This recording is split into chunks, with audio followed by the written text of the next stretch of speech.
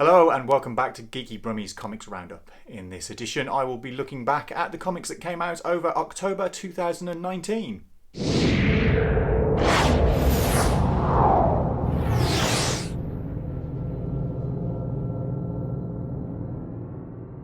My pick of the week for the first week of October 2019 was Dead Eyes #1 from Image by Jerry Duggan and local hero John McCrae. You may have seen this book in its previous iteration. It came out about a year ago under the title of Dead Rabbit, but for various reasons the boys had to go back to the drawing board and have now come back with Dead Eyes #1. This is a kind of expanded revisioning of that first issue. The first couple of issues we'll be doing that and then we'll head into a whole new story. But Dead Eyes is a beautiful looking comic. John's art is fantastic and Jerry's writing is spot on. So if you haven't already seen this under its previous title, definitely pick it up today. Next from Dark Horse we have Grendel, Devil's Odyssey #1. This is by Matt and Brennan Wagner. I've just been finishing the Madge Hero Denied series, which was great to see, but it's good to be back in the world of Grendel. The artwork and colouring on this book is absolutely phenomenal. It is a beautiful sci-fi story with some very interesting spaceship designs. So if you're a fan of Grendel, definitely give Devil's Odyssey a try. Then from Marvel we had Marvel Comics 1001. This is a continuation of the Marvel Comics 1000 celebratory 80th edition that was out a few months back. Again, this is a selection of one-page strips by various art teams and writers, and it's a joy to read. It takes a bit of a potted history through Marvel's 80 years, and there'll be something in this for everyone.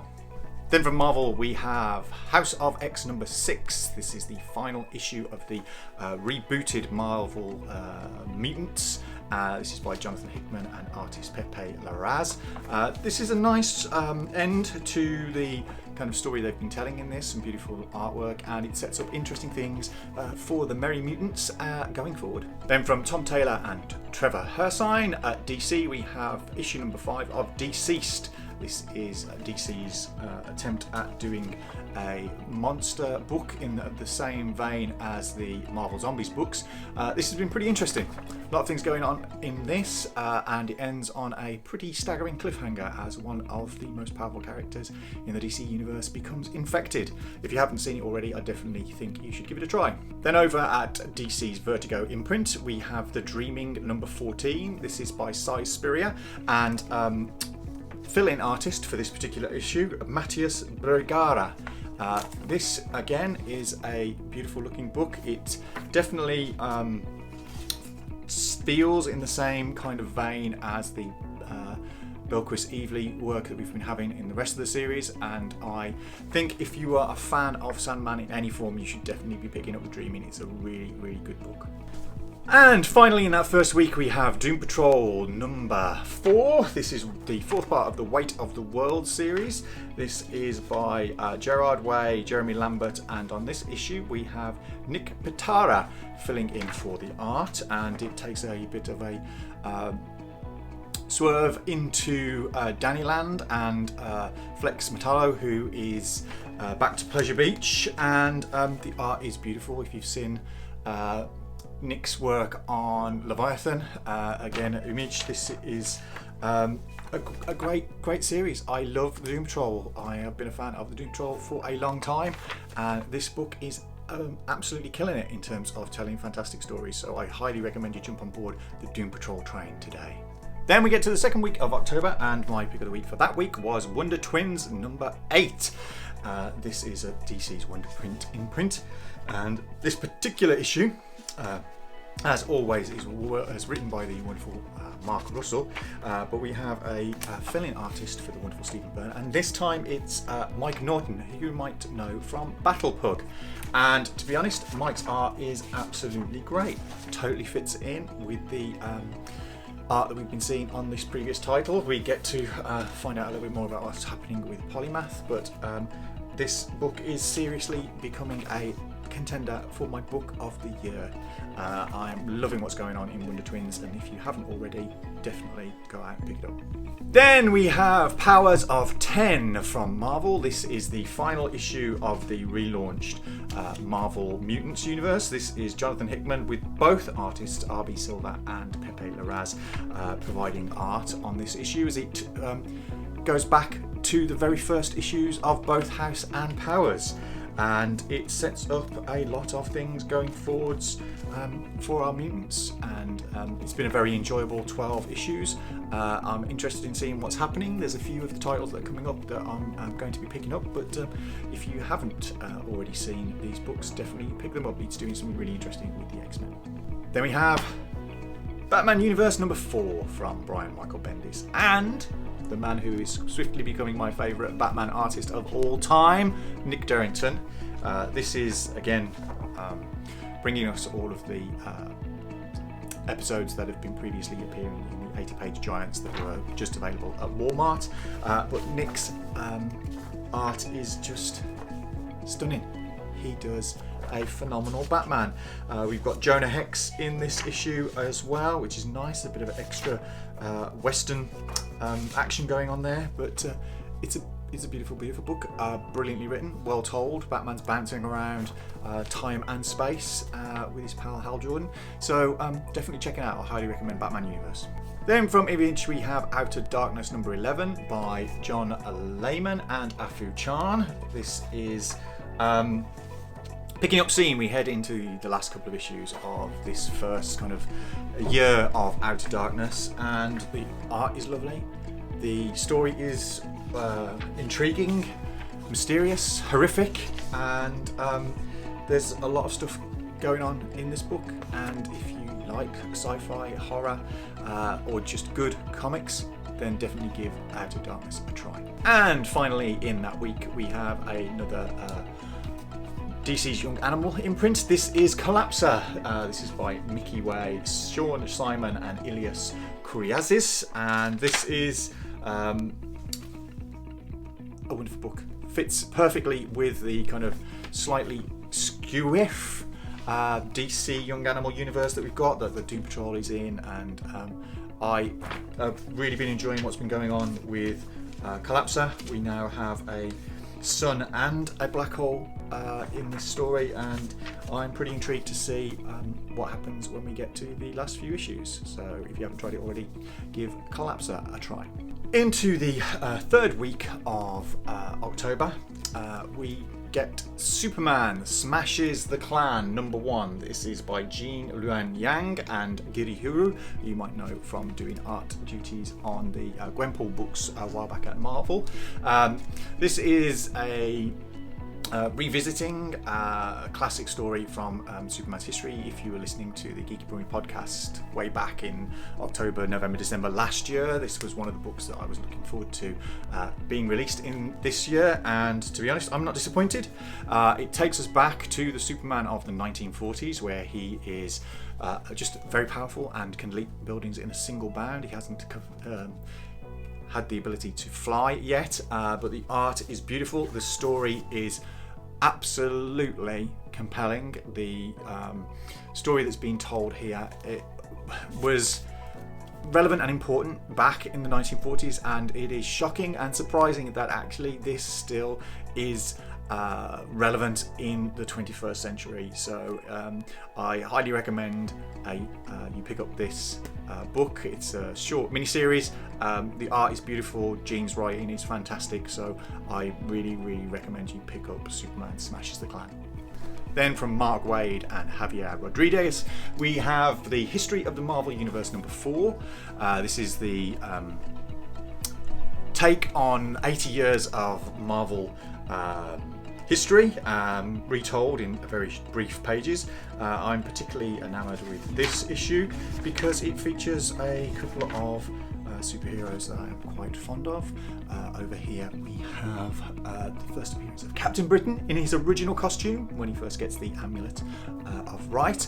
And as always, this is a great read because back in the back you have the appendix, which basically gives you all of the detail about what issues all of the things touched upon in this do. It takes an age to read and is just a great revisit to 80 years of fantastic Marvel history. Then over at Boom Studios we have Once and Future number 3. This is from Kieran Gillen and Dan Mora, and again, super solid issue. Expanding on the Arthurian legend that's going on there. I am completely deluded that Duncan, the kind of hero of the piece, has a slightly familiar look to him.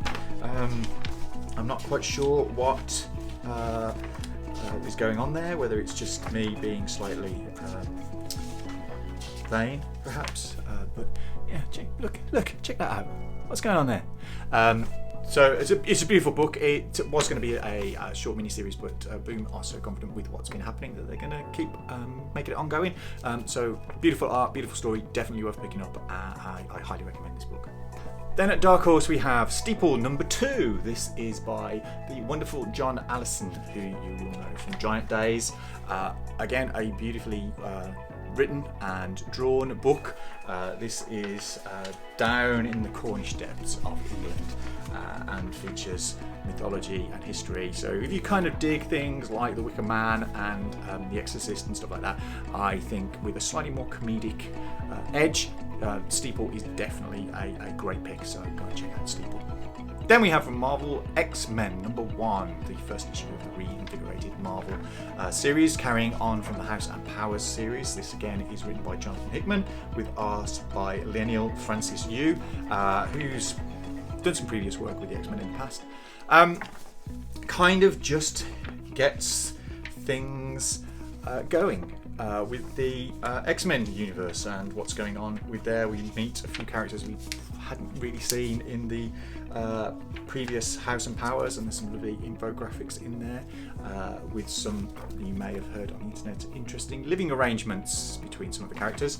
But I wasn't quite sure about this going in, and actually I was quite surprised, so I shall probably be picking up X-Men number 2 in a few weeks' time. My pick of the week for that week was Dial H for Hero number 8.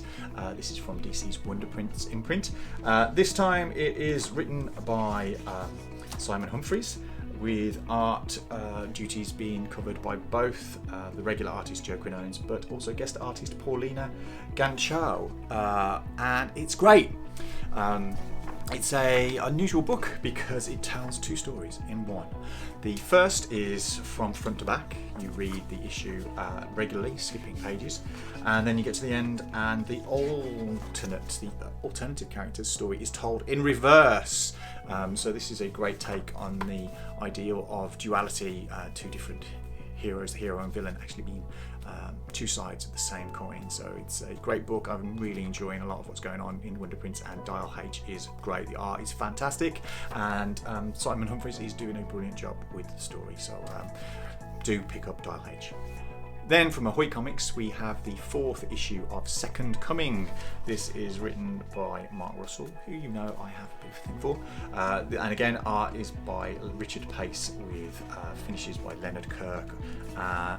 And it just takes us a little bit more into what's going on between the characters, and it's a powerful book.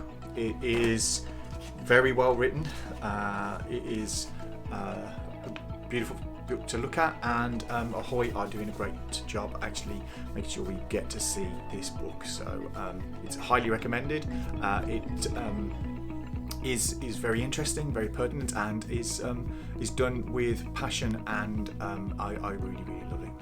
Then at Marvel we have Spider-Man Full Circle, which if you were reading my regular kind of weekly updates over the past few years, you'll have seen that I enjoyed a book called The Commandy Challenge over at DC, which was a book where each issue ended on a cliffhanger, and the next issue was picked up by a different team of artists and writers. And this is Marvel's attempt at that, taking a Spider-Man story and giving several artists and writer teams the opportunity to tell their own story, leave it on a cliffhanger, and then let the next art team figure out what's going to happen next.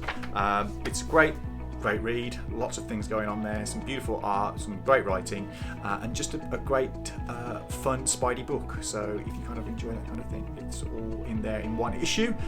No second issues, no third issues, it's all in one big bumper package. Give Amazing Spider-Man Full Circle a try. In the last week of October, my comic of the week was Excalibur #1 from Marvel. This is by Tinny Howard and art by Marcus Toe. Obvious reasons why I picked this up. It is Captain Britain. We do see Brian Braddock in this book for a short time, but by the end of it, Betsy, his sister, who has recently changed from being Psylocke and been returned to her original English body, takes over the mantle of Captain Britain. Some interesting stuff going on in here, ties very closely into what Jonathan Hickman is doing with all of the rest of the X books. But if you have any love for the Braddock family, it's not the original Excalibur team that I was a big fan of back in the day with Kitty Pryde and Nightcrawler. Slightly different, including this fella at the back here. You might know him as the villain Apocalypse. So what's his story? What's going on? We shall find out, I hope, over the course of this series. But a real nice book. Great to see Brian and Betsy and the rest of the British heroes. I believe there is a brief appearance of Pete Wisdom in here. Doesn't get to say anything, but I'm sure it's him leaning up against a fence, looking slightly sullen. So hopefully we'll see more of our favourite English heroes over the next few issues. Then at the rebranded DC Black label, no longer Vertigo titles, they're DC Black titles, we have a single issue Sandman Universe John Constantine Hellblazer kind of launch title. This is a kind of one-off to the others. Excited about the upcoming regular title. This is by Simon Spurrier, who is doing great work on The Dreaming. Unfortunately, his tenure at The Dreaming is coming to an end shortly, and he's joined here by Mariko Takara. Right. And a beautiful cover there by Boris Evely, he's artist on The Dreaming. And yeah, this is John Constantine. This is the Constantine I remember from back in the 80s. There are some considerable amounts of swearing in there. Great British swearing, I'd like to add. Not your American style swearing. This is proper English swearing, like it should be done. And it's great. It's great to see John back at the height of his powers, really, as a comic book hero. And I've been enjoying so much what Simon Spurrier has been doing over The Dreaming that I am totally on board for what's going to be happening next with John Constantine. So if you haven't had the pleasure of meeting John before, definitely give this book a pick up. Just be aware of the coarse language.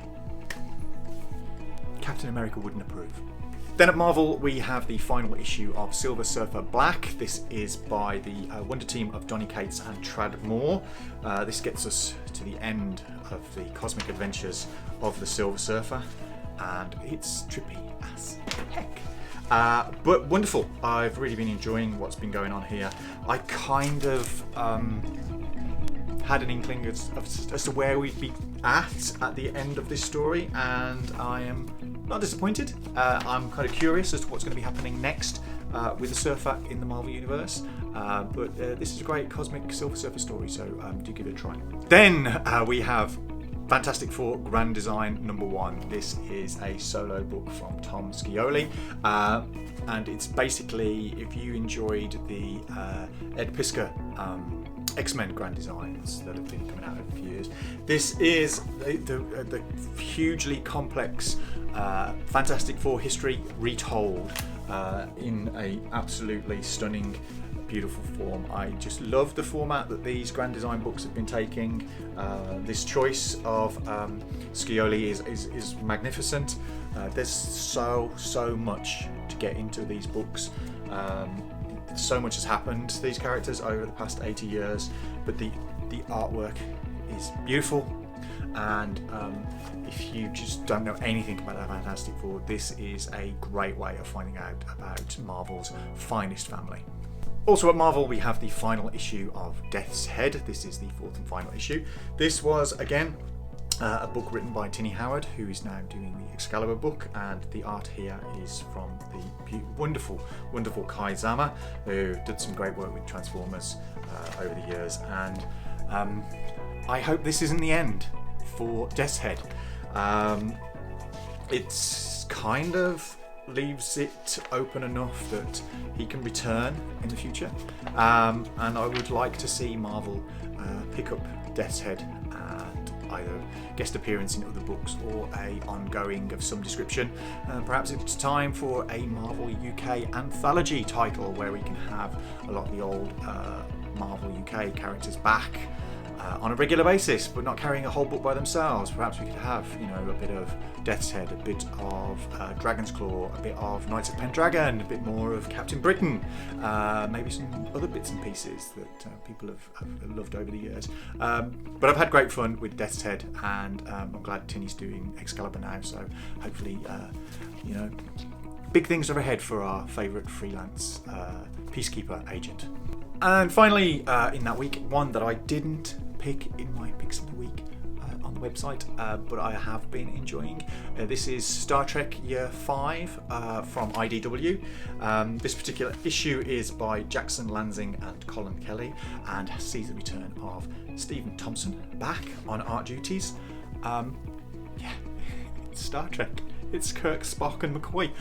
What's not to like? There is Tholians in this particular issue, and the art and character likenesses are great. It's a fun book. If you enjoy Star Trek, you will get a kick out of Star Trek Year 5. So give it a try if you haven't already. Well, that's it for my run through of the books that I picked up personally in October. If you have any books that you picked up that I haven't picked already, by all means, let me know in the comments below what you have been reading, and also where you're picking them up. Tell me about your local comic book store. How do they look after you, and things like that. If you live in Birmingham, of course, you can pick up your books from the wonderful Worlds Apart on Small Book Queensway. Just head up the stairs and you'll find all of their comics on display there. The new comics are up by the counter. If you're not sure what to look for, do ask the lovely friendly staff and they will help you out. You can catch up with all of the previous Geeky Brummie podcasts on our website. The links are there for you to be able to subscribe and download through your favourite podcast service. You can also catch up there on all of my previous Comics of the Week's writings and videos, and you can also pick up and see Lee Price's wonderful weekly Gaming's Roundup and various other bits and pieces that we do over the year, including game reviews, film reviews and other bits and pieces. So if you enjoy what you see, please do like and subscribe to our channel. We'd like to see more of you joining us, but until the next time, this is me. Goodbye.